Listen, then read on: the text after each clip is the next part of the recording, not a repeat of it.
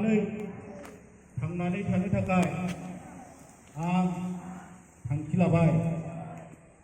आं रादाय होयोदि सिगारेट, बिरि, गुटखा, पान मसला, हुक्का, ई-सिगारेटफोर बाहायनाय एबा जायखिजाया थांखु सादारि मुवा एबा फेहोग्रा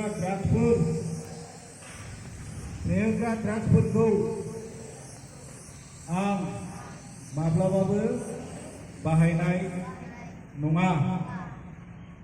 आं आंनि नखर, लोगोफोर आरो समाजनि मानसिफोरखौबो बेबायदि सावस्रिनि थाखाय मोजां खामानि सायख'ना लानो थुलुंगा होगोन।